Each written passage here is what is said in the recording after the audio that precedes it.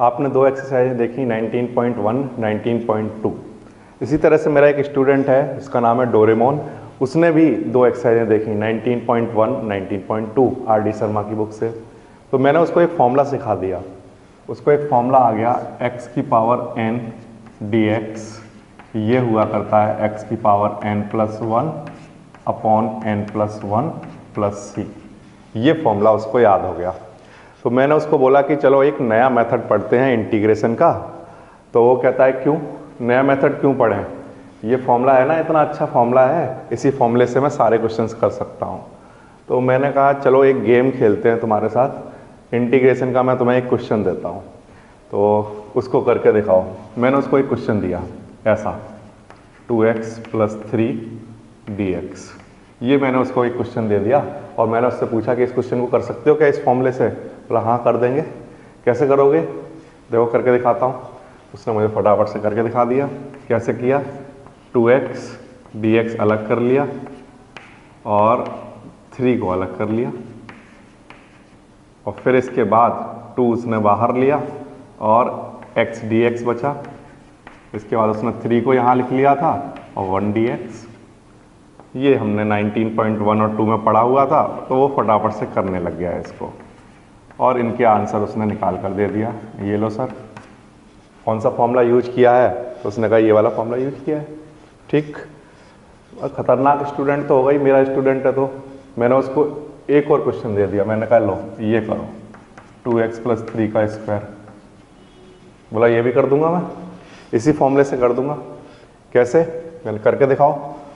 ये लो इसको कर देता हूँ मैं, इसको लिख देता हूँ 4x² + 9 + 4x, a + b का होल स्क्वायर उसने ओपन किया और ऐसा कर दिया।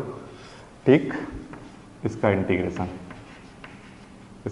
उसने कैसे किया, 4 को बाहर लिखा, x² का इंटीग्रेशन किया, 9 को बाहर लिखा, 1 का इंटीग्रेशन किया, 4 को बाहर लिखा, x का इंटीग्रेशन किया। ठीक, ये उसने मुझे आंसर ला कर दे दिया। इस तरह से ये आंसर आ गया। इतनी आसानी से हार मानने वाला नहीं है, उसका नाम डोरेमोन है तो इतनी आसानी से वो हार नहीं मानेगा, है ना। बहुत छोटा सा एक रोबोट है, इतनी आसानी से हार नहीं मानता है। तो उसने ये भी कर दिया, ये भी कर दिया। बोला लेकिन वो तैयार नहीं हुआ, नया मेथड नहीं सीखना है। ये फॉर्मूला आ गया है, फॉर्मूले के बेसिस पर पूरा इंटीग्रेशन कर दूंगा। ठीक, मैंने कहा ये ऐसे नहीं मानेगा, तो एक काम करता हूँ, ये लो इसको करो,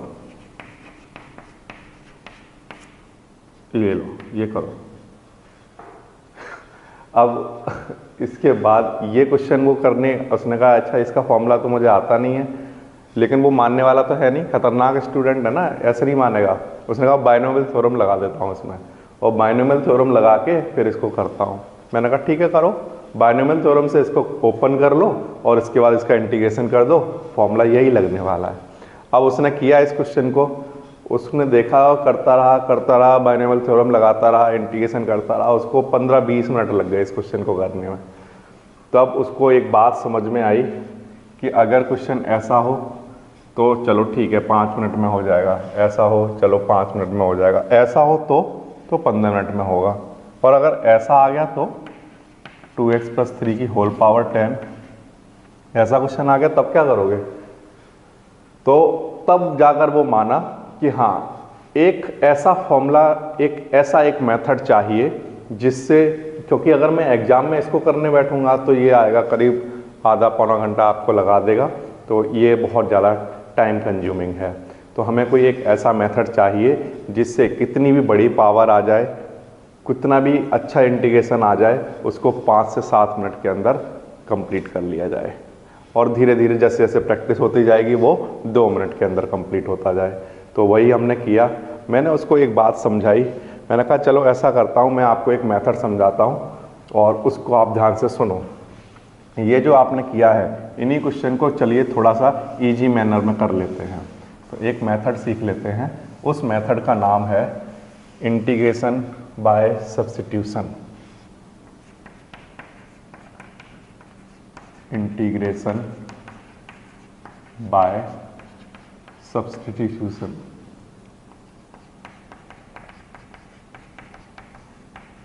दिस क्यों पढ़ने वाले हैं ये मेथड? तो आंसर है कि हम इस तरह की सिंपल पावर का तो फॉर्मूला जानते हैं, डायरेक्ट फॉर्मूला जानते हैं, उनको ओपन करके इंडिविजुअल इंटीग्रेशन निकाल सकते हैं। लेकिन अगर इस तरह का क्वेश्चन आ जाता है तो हमें फॉर्मूला इनका भी पता है लेकिन वो बाइनोमियल थ्योरम के थ्रू पता है, तो बाइनोमियल थ्योरम ओपन करने में बहुत ज़्यादा टाइम लगेगा, फिर उनका इंटीग्रेशन करने में और ज़्यादा टाइम लगेगा। तो उस टाइम को कम करने के लिए हम इनको इस ऐसी फॉर्म में रिड्यूस कर लेंगे, इनको ऐसी स्टैंडर्ड फॉर्म में लेकर आ जाएंगे जिससे ये इंटीग्रेशन करना बहुत आसान हो जाएगा। कैसे? देखिए ध्यान से। मैंने यहाँ पर क्या किया, 2x + 3 ये क्वेश्चन आया था मेरे पास। मैंने इसको थोड़ी देर के लिए मान लिया t, अपनी तरफ से क्या सब्स्टिट्यूट कर दिया, t सब्स्टिट्यूट कर दिया। ओके, यहाँ से यहाँ पर मैं इसका क्या कर रहा हूँ, डिफरेंशिएशन कर रहा हूँ बोथ साइड। क्या कर रहा हूँ? डिफरेंशिएशन। तो डिफरेंशिएशन करिए आप, किसके रेस्पेक्ट में कर रहा हूँ? x के रेस्पेक्ट में। किस साथ? दोनों साइड करा रहा हूँ, d/dx ऑफ t इधर भी और d/dx ऑफ दिस क्वांटिटी। ठीक है, ओके। इसका डिफरेंशिएशन कराइए, तो 2x का डिफरेंशिएशन कराएंगे तो क्या आएगा? 2, ठीक है। और 3 का डिफरेंशिएशन कराएंगे तो क्या आएगा? 0। डिफरेंशिएशन, ठीक है। 2x का डिफरेंशिएशन कराएंगे तो डेरिवेटिव कराएंगे तो 2 आएगा, और 3 का डेरिवेटिव कराएंगे तो क्या आएगा? 0 आएगा। ठीक, यहाँ तक बात आ रही है समझ में? अच्छा, और इधर क्या चल रहा था? dt/dx। ठीक, ये dx इधर आ गया। ओके, इतनी बात समझ में आती है? क्या किया मैंने, इस 2x + 3 को अपनी तरफ से थोड़ी देर के लिए क्या मान लिया है? t। ओके, अब इसका डेरिवेटिव करना है बोथ साइड, किसके रेस्पेक्ट में? x के रेस्पेक्ट में। ठीक है, इसका डेरिवेटिव कर दिया, क्या आएगा? 2x + 3 का डेरिवेटिव करोगे तो आंसर है 2x का डेरिवेटिव आता है 2 और 3 का डेरिवेटिव 0 हो जाता है, तो आंसर इधर क्या बचेगा? 2, और इधर क्या चल रहा होगा? dt/dx। ये dx इधर आ जाता है। ठीक, इतनी बात समझ में आती है? तो मैंने यही किया, यहाँ पर 2x + 3 की जगह क्या लिख लिया? t। ओके, dx को मैं क्या लिख सकता हूँ? तो यहाँ ध्यान दीजिए, dx की वैल्यू मैंने यहाँ से निकाली, उसको मैं लिख सकता हूँ dt/2। dx को लिख सकता हूँ dt/2, तो यहाँ पर लिख लिया dt/2, वो 2 मैंने यहाँ लिख लिया। ठीक, 1/2 आ गया। और अब इंटीग्रेशन क्या बन गया? t dt। तो इसका अब आपको इंटीग्रेशन आता है, ठीक है, बहुत आसानी से आता है। कैसे? 1/2 t का इंटीग्रेशन क्या होगा? t⁻2/2 + c, ये आंसर आएगा, है ना। x, अगर x dx होता है तो x का इंटीग्रेशन क्या होता है? x²/2, तो t का इंटीग्रेशन क्या होगा? t²/2। अच्छा, लेकिन हमारा क्वेश्चन तो x की टर्म में था, तो t की वैल्यू क्या है हमारे पास? 2x + 3, ये यहाँ पर वापस से लिख दो, ये आपका आंसर आ जाएगा ये। ठीक, कैसे करते हैं क्वेश्चन को? आंसर है, सबसे पहले इस क्वेश्चन में किसी एक क्वांटिटी को t मान लेते हैं। किस क्वांटिटी को t मान लेते हैं? तो इसका आंसर ये है कि जिस टर्म का मुझे डायरेक्ट इंटीग्रेशन नहीं पता है, उस टर्म को मैं t मान लेता हूँ। ये बात आपको जैसे जैसे मैं प्रैक्टिस कराऊंगा आपको समझ में आती जाएगी। फिलहाल यहाँ पर इसको t माना है, इसका डेरिवेटिव किया है, डेरिवेटिव करके यहाँ पर किसकी वैल्यू निकाली जाती है? dx की। तो दो टर्म यहाँ पर इंपॉर्टेंट हैं, एक तो dx की वैल्यु यहाँ से निकाली जाती है, दूसरा इस टर्म को t माना गया है। तो 2x + 3 को t और dx को क्या लिखना है? dt/2। t का t²/2 आया plus c, but question x में था तो आपको आंसर भी x के टर्म में देना है, तो t की ये जो वैल्यू है 2x + 3, ये फिर से यहाँ पुट कर दी, तो ये मेरा आंसर आ गया। ठीक, ये मेथड कितना ज़्यादा आसान कर देता है चीज़ों को, ये मैं आपको अभी दिखाता हूँ। आपको केवल क्या बात याद रखनी है जो मैंने अभी आपको करके दिखाया है, 2x + 3 dx, इसका इंटीग्रेशन कितना आया है? तो आंसर है 2x + 3 का होल स्क्वायर अपॉन में 2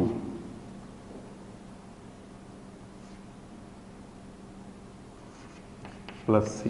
ठीक, ये हमारा आंसर आया है। जितनी बात याद रखेंगे, 2x + 3 का होल स्क्वायर अपॉन में 2, और आगे क्या चल रहा है? 1/2। अच्छा, अब इसका इंटीग्रेशन करके दिखाइए, तो इसका मैं करके दिखाता हूँ आपको। 2x + 3 को मैंने क्या मान रहा हूँ? t। ठीक है, 2x + 3 को t माना, इसका डेरिवेटिव कराइए, तो 2x का डेरिवेटिव कितना आएगा? 2, और इधर क्या चल रहा होगा, dt बाय dx, ये dx इधर आ जाएगा।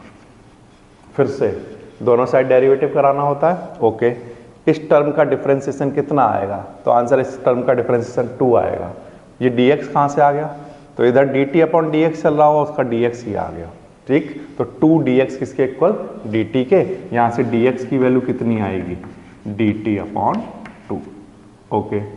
इसका इंटीग्रेशन करके दिखाइए, तो देखिए कैसे करेंगे। 2x प्लस 3 को हम क्या लिखते हैं, t, तो इधर क्या आया, t का स्क्वायर, ठीक है। और dx को हम क्या लिख सकते हैं, dt बाय 2, dt बाय 2, तो dt अपॉन 2, ये 2 यहाँ लिख लिया। अब इसका आंसर क्या आएगा, t की पावर 3 अपॉन 3 प्लस c, अच्छा 1 अपॉन 2, t की वैल्यू क्या है लास्ट में पुट करना है आपको, जो आपने माना था 2x प्लस 3, इसका whole cube upon 3 plus c, ये इसका आंसर आया, ठीक है। जो हम सिंपल फॉर्मूला ओपन करके कर रहे थे उससे भी यही आंसर आएगा और इससे भी यही आंसर आया है, ठीक। नाउ इस क्वेश्चन का भी हमने यहाँ पर लिख लिया आंसर, 2x प्लस 3 का होल स्क्वायर dx, ये इसका आंसर आता है 1 upon 2 2x plus 3 whole cube upon 3 plus c, ठीक। इसका आंसर भी मैंने यहाँ लिख लिया। नाउ फिर से और आगे बढ़ते हैं, और आगे बढ़ जाते हैं। देखिए यहाँ पर 2x प्लस 3 की होल पावर 5, तो 2x प्लस 3 का इंटीग्रेशन आप बड़े आसानी से कर रहे थे, ठीक है। 2x प्लस 3 का होल स्क्वायर भी आप ओपन कर सकते थे, लेकिन जब ऐसा क्वेश्चन आ जाता है 2x प्लस 3 की पावर 5, तब आपको बाइनोमियल थ्योरम ओपन करनी थी और फिर उसके बाद इंटीग्रेशन करना था, वो बहुत ज़्यादा टाइम कंज्यूमिंग था। लेकिन इसमें ऐसा नहीं है, इसमें सारी चीज़ें एक ही तरह से होने वाली हैं। कैसे, 2x प्लस 3 को मैंने क्या माना, t, ठीक है। 2x प्लस 3 को क्या माना मैंने, t, तो यहाँ से इसका डेरिवेटिव कितना आएगा, तो आंसर 2 आएगा। इधर क्या चल रहा होगा, dt अपॉन dx, और वो dx कहाँ लिख दिया मैंने, यहाँ से यहाँ, ठीक।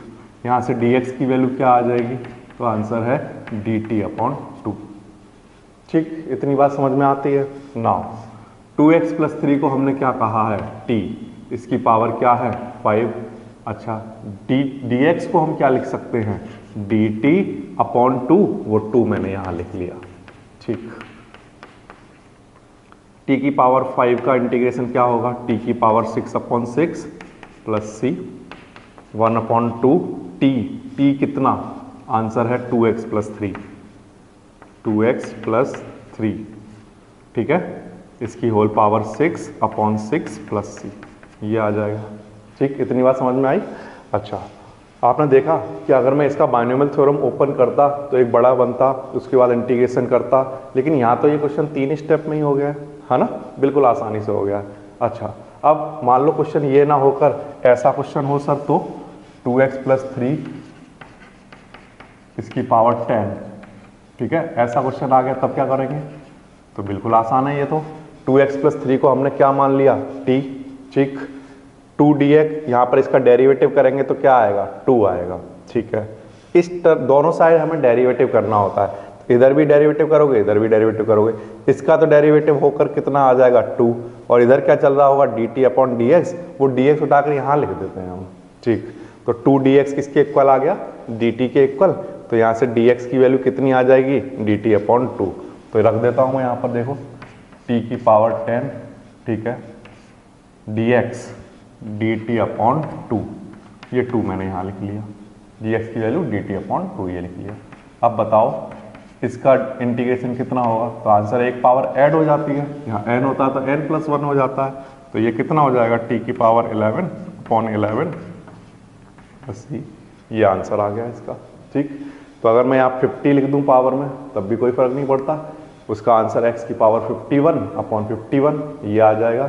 लेकिन देखने वाली खास बात जो है इसमें वो ये है, अगर मैं आपको ऐसा क्वेश्चन देता x की पावर 10, ठीक है, क्या देता, x की पावर 10 दे देता, तो आपको मैं बोलता इसका इंटीग्रेशन कराओ, तो आप कहते सर इसका आंसर आएगा x की पावर 11 अपॉन 11 प्लस c, ये आंसर आएगा इसका, है ना, यही आंसर आ जाता, ठीक। लेकिन इसमें और इसमें डिफरेंस क्या आया है, इस वाले क्वेश्चन में देखें अगर हम, तो इसमें डिफरेंस क्या आया है, t की वैल्यू यहाँ पर पुट कर दीजिए, ये कितना आएगा 11/11 + 6, ठीक है। इसका आंसर और इसके आंसर में डिफरेंस देखिए। इस क्वेश्चन को अगर मैं x की तरह ट्रीट कर लूँ, ये यहाँ पर जो कुछ लिखा है अंदर ब्रैकेट में, इसको मैंने x मान लिया, ठीक। तो x की पावर 10 का डेरिवेटिव कितना होगा, सॉरी इंटीग्रेशन कितना होगा, तो x की पावर 10 का इंटीग्रेशन होगा x की पावर 11/11, ठीक। कितनी बात आ रही है समझ में। फिर से यहाँ मैं इसको अंदर जो कुछ लिखा है उस सबको x मान लो थोड़ी देर के लिए, तो x की पावर 5 का इंटीग्रेशन कितना आएगा, तो x की पावर 5 का इंटीग्रेशन होगा x की पावर 6/6, ठीक। ये तो वैसे ही बन रहा है, लेकिन एक चीज एक्स्ट्रा आ रही है, वो ध्यान दीजिए। यहाँ सब जगह क्या आ रहा है, नीचे अपॉन में 2, यहाँ पर भी क्या आ रहा है 2, वैसे ही यहाँ पर 2x + 3 है, इसको थोड़ी देर के लिए x मान लो, तो x का इंटीग्रेशन क्या होगा x²/2, लेकिन एक चीज एक्स्ट्रा आ रही है नीचे ये, ठीक। फिर से x² का इंटीग्रेशन बताइए, तो आंसर है x³/3, लेकिन एक चीज एक्स्ट्रा आ रही है नीचे, क्या 2। तो इस बात से मुझे ये पता चलता है कि अगर इस तरह के क्वेश्चन आ जाते हैं तो उनको x की तरह ही ट्रीट करना है, लेकिन आपको करना क्या है, इस टर्म का जो डेरिवेटिव आएगा, इस टर्म का जो डेरिवेटिव आएगा, क्या डेरिवेटिव आएगा, इस टर्म का डेरिवेटिव आएगा इसका 2, और उससे हमें क्या करना है, फाइनल में डिवाइड करना है। फाइनल आंसर में उससे क्या करना है, डिवाइड में लिखना है उसको। फिर से ध्यान दीजिए, यहाँ पर x की पावर 2 है, इसका इंटीग्रेशन x की पावर 3/3, ठीक है, ये तो मैं ऐसे ही लिख दूंगा, ओके। लेकिन एक चीज और यहाँ लिखनी है, वो क्या चीज है, तो आंसर है कि इसका जो डेरिवेटिव है उससे यहाँ पर डिवाइड करना है। तो इसका डेरिवेटिव क्या आता है, आंसर है 2 आता है, तो 2 से डिवाइड करना है, ठीक। ये एक छोटा मेथड हो गया जिसकी हेल्प से आपके पास कितनी भी बड़ी पावर आ जाए उनको आसानी से कर सकते हैं, और इस मेथड का नाम है इंटीग्रेशन बाय सब्स्टिट्यूशन। ये एक टाइप की फॉर्म है जो मैंने आपको यहाँ बताई है। यहाँ पर हम आगे जाकर 19.3 से स्टार्ट कर रहे हैं, और आगे बहुत सारी 10-12 एक्सरसाइजें इसी तरह से इसी इंटीग्रेशन बाय सब्स्टिट्यूशन के ऊपर पढ़ने वाले हैं, जिसमें बहुत सारी फॉर्म आने वाली हैं। तो ये तो एक फॉर्म थी जहाँ x की पावर n आता है, तो उसको सब्स्टिट्यूशन से कैसे सॉल्व करते हैं। तो मैं आपको इसकी कुछ प्रैक्टिस करवा देता हूँ, ध्यान दीजिए। आर डी शर्मा बुक से एक्सरसाइज है 19.3, और इस तरह का क्वेश्चन आपके सामने आ गया, ठीक। ये आपको दिखाई दिया। अच्छा, मैंने आपसे क्या कहा है, मैंने आपसे ये कहा है कि जब भी क्वेश्चन आएगा तो आप x की पावर, इसको जो अंदर टर्म लिखा है उसे x की तरह ही ट्रीट करिए आप, ठीक है। इतनी बात समझ में आ रही है। चलो आप ये मान लो यहाँ पर x लिखा हुआ है, तो x की पावर 5 का इंटीग्रेशन बताना आप क्या आएगा, तो आप आंसर देंगे सर इसका आंसर आएगा x की पावर 6/6, यही तो कहोगे आप। x की पावर 5 का इंटीग्रेशन कितना आएगा, तो आंसर है x की पावर 6/6। लेकिन साथ में यहाँ पर किस चीज से डिवाइड लिखना है, डिवाइड में एक चीज यहाँ पर और क्या लिखनी है, तो आंसर है जो इसका डेरिवेटिव होता हो, आंसर है इसका जो डेरिवेटिव होता हो। तो बताइए 2x - 3 का डेरिवेटिव क्या होता होगा, तो आंसर है कि इसका डेरिवेटिव है 2, तो यहाँ पर नीचे क्या लिख देना है 2, ये आपका आंसर आ गया इसका। बिल्कुल आसानी से हो गया। देखिए बाइनोमियल थ्योरम तो नहीं लगानी पड़ी, है ना, कोई फॉर्मूला यूज नहीं करना पड़ा। x की पावर n, x की पावर n+1/n+1, लेकिन साथ में एक चीज और, क्या, इसका डेरिवेटिव। बिल्कुल आसान है, ठीक है। और दिखाइए सर, यहाँ देखिए ये 3x + 2 की होल पावर क्या है 1/2। तो अगर मैं आपको एक क्वेश्चन दूं कि x की पावर 1/2 का इंटीग्रेशन बताइए, तो आप क्या बताएंगे, तो आप कहेंगे सर इसका आंसर आएगा x की पावर 1/2 + 1/1/2 + 1, यही तो कहोगे आप, है ना। ये क्या है x की पावर 1/2, तो x की पावर 1/2 का इंटीग्रेशन क्या होगा, x की पावर 1/2 + 1/1/2 + 1। ओके, इतनी बात समझ में आती है हमें। लेकिन साथ में कोई एक नई चीज तो नहीं आने वाली है यहाँ पर, तो आंसर है यस, आने वाली है। वो क्या है, जो यहाँ लिखा गया था, जो x की तरह ट्रीट किया गया था, उस चीज का डेरिवेटिव, उस चीज का डेरिवेटिव क्या आएगा, तो आंसर है 3x + 2 का डेरिवेटिव का आंसर आएगा 3, तो वो हम कहाँ लिख देंगे, यहाँ लिख देंगे, ठीक। ये हमारा आंसर आ जाएगा। ये बिल्कुल आसान वाले क्वेश्चन है, और ये आपको समझ में जरूर आया होगा, ठीक। नहीं अगर आया है तो और प्रैक्टिस करवा देते हैं। देखिए ध्यान दीजिए, इंटीग्रेशन। ओके, क्या मैं इस टर्म को ऐसे लिख सकता हूँ 7x माइनस 5 की होल पावर माइनस 3, ऐसे लिख सकता हूँ, ठीक है। प्लस इंटीग्रेशन, इस टर्म को क्या मैं ऐसे लिख सकता हूँ 5x माइनस 4 की होल पावर 1/2, लेकिन कैसा, माइनस का। फिर से ये 3 है, ऊपर गया -3 लिख लिया, इसको -1/2 लिख लिया। अब मैं अगर आपसे ये पूछूं कि x की पावर -3 का इंटीग्रेशन बताइए, तो आप आंसर देंगे x की पावर -3 + 1 अपॉन -3 + 1, यही देंगे। तो इसको मैं x की तरह ट्रीट कर रहा हूँ, ठीक है।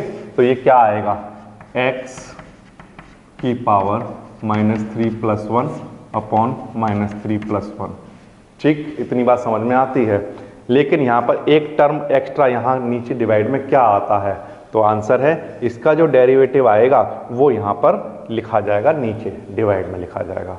आपने देखा था चेन रूल जब डिफरेंशिएशन में हुआ करता था तो उसमें प्रोडक्ट में आती थी जो चीज़ हम लेते थे x की जगह, है ना। इंटीग्रेशन में क्या होता है, डिवाइड में आती है। क्यों आती है वो मैंने आपको करके दिखाया है, ठीक। 7x माइनस 5 का इंटीग्रेशन डेरिवेटिव क्या होगा, 7 आएगा, तो वो यहाँ लिखा जाएगा, ठीक। प्लस यहाँ बताइए x की पावर -1/2, तो आंसर है x की पावर -1/2 का इंटीग्रेशन होगा x की पावर -1/2 + 1 अपॉन -1/2 + 1। जो चीज़ x की जगह ट्रीट की गई है उसका डेरिवेटिव का आंसर यहाँ लिखा जाएगा। तो 5x - 4 का डेरिवेटिव कितना आएगा, 1/5।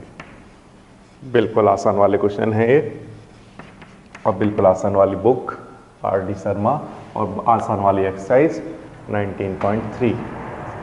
और प्रैक्टिस करते हैं इसकी।